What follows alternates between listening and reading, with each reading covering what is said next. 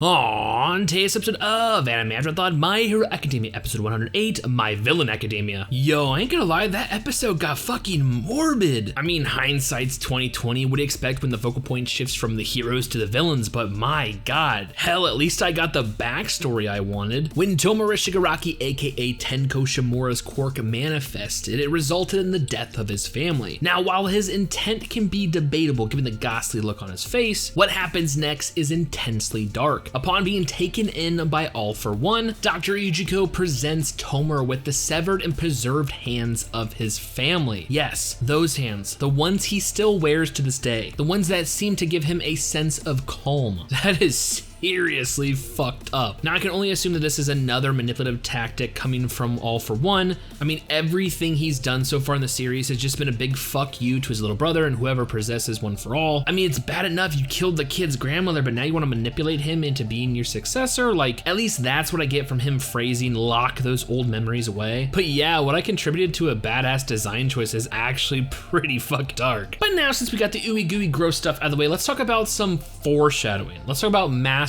Yuki Tabata level foreshadowing. I missed it last week when I proclaimed Dr. Ujiko made his grand appearance, right? We learned that this dude is in fact the creator of the Nomus and is in league with All For One. But I was told this is actually not his introduction. This is not his first appearance. In fact, he's one of the first characters we ever met. Of course, much to my shock and chagrin, the truth is we have met this doctor. And unbeknownst to him, he has played a very pivotal role in the creation of what I deem to be All For One's greatest arch enemy, Deku. This is the doctor that dropped the bomb that Deku was quirkless. Talk about god level foreshadowing. Like, this is fucking ridiculous. I mean, during the day he's working pediatrics and at night he's a fucking terrorist creating Nomus. Like, what the fuck?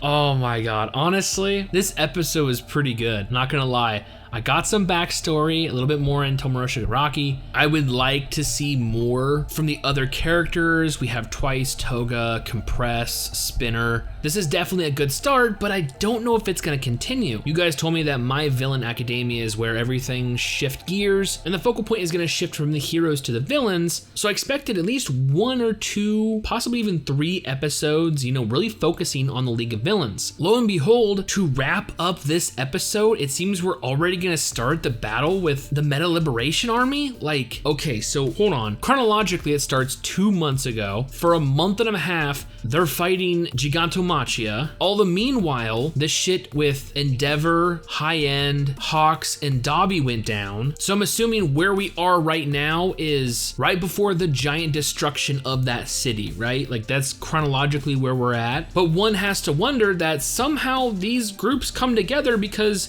didn't we literally just see when Hawks was investigating the Meta Liberation Army that both Twice and Toga were there working with them? So do we already know the result of this battle? Hell, if that's the case, it's safe to assume, given the fact that the doctor is actually working on Tomura Shigaraki, lighting his ass up what looks like 1,000,000 volts, it looks like he was also successful in winning over Gigantomachia, given the fact that the doctor said he wouldn't help him unless he won over that big lug. So yeah, still, I'm looking forward. Like I said, you can feel a tonal shift going on, definitely a lot darker. Anyways, what did you guys think of My Villain Academia? Was it everything you hoped for? Did they cut a lot of stuff out? Let me know in the comments below if there was anything that they cut that I need to know going forward. So with all that being said and more My Hero Academia next week, I honestly cannot wait for future episodes.